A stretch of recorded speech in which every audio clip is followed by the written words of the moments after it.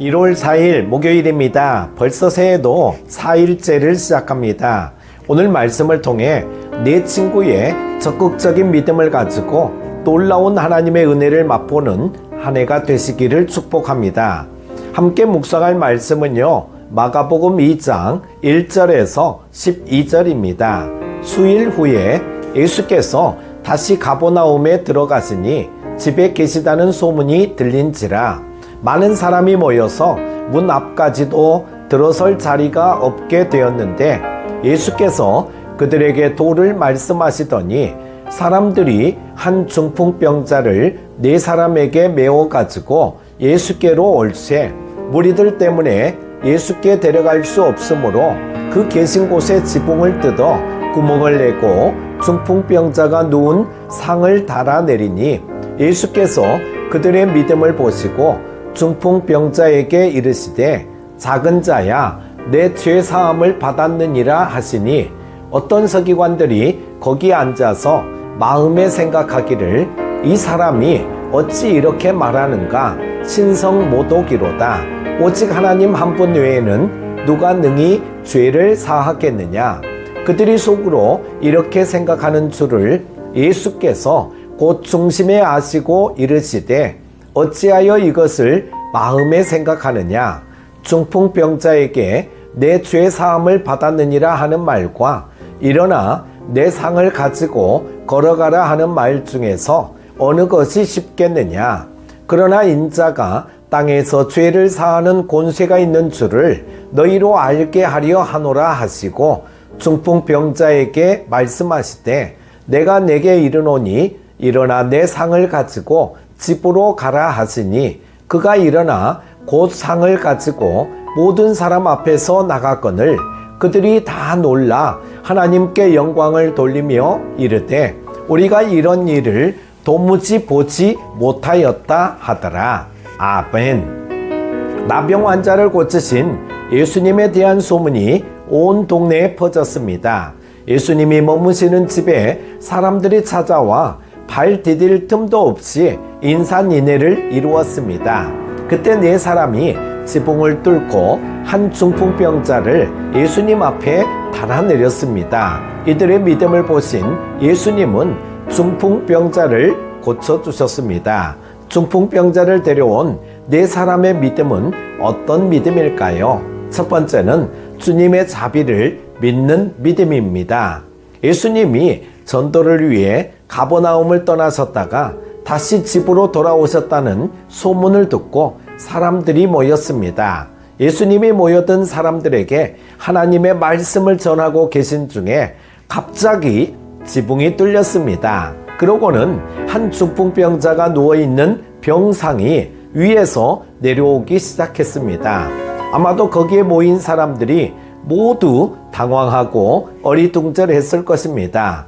중풍병자를 데려온 4사람은 예수님의 집 지붕을 파손했고 그분이 말씀을 전하는 중요한 시간을 방해했습니다. 이처럼 4사람이 과감하고 황당한 일을 벌일 수 있었던 이유는 예수님의 자비와 긍휼을 믿었기 때문입니다.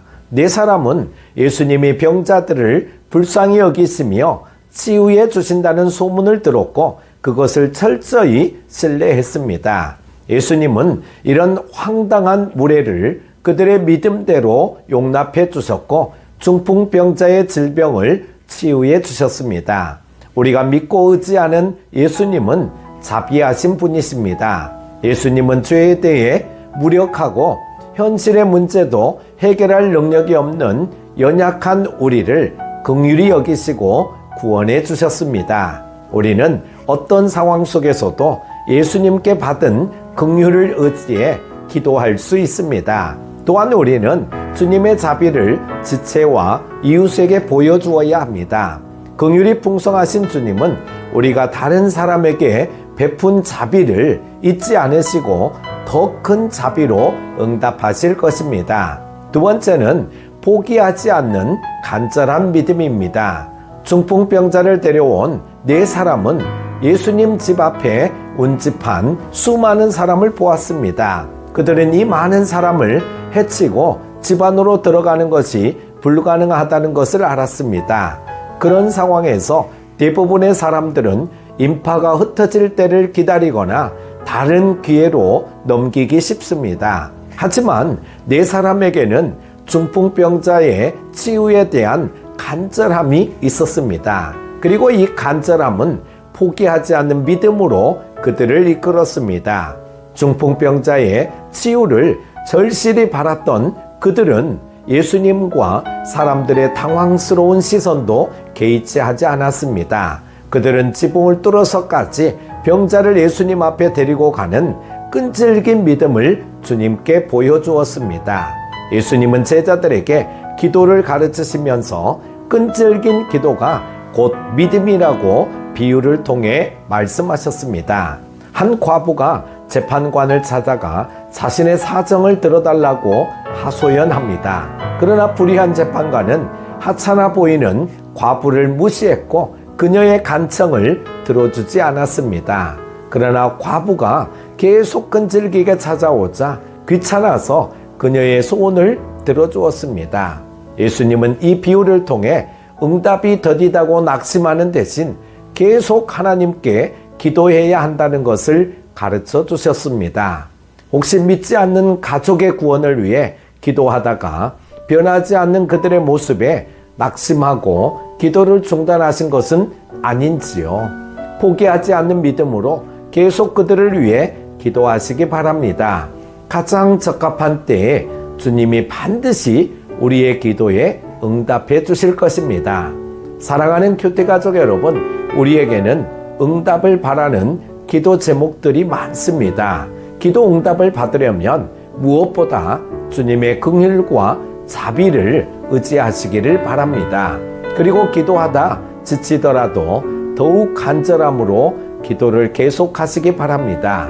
주님이 우리의 기도에 반드시 응답하시고 그분의 자비를 보여주실 것입니다. 올 한 해도 기도로 승리하시기를 축복합니다. 기도합니다. 사랑의 하나님 아버지, 귀한 말씀으로 은혜 받게 하심을 감사드립니다. 중풍병자를 데려온 내 친구의 믿음이 오늘 나의 믿음이 되기를 원합니다. 올해는 적극적인 믿음을 소유할 수 있도록 함께하여 주옵소서. 주님과 동행하는 하루 되게 하여 주시기를 원하오며 예수님의 이름으로 기도드립니다. 아멘.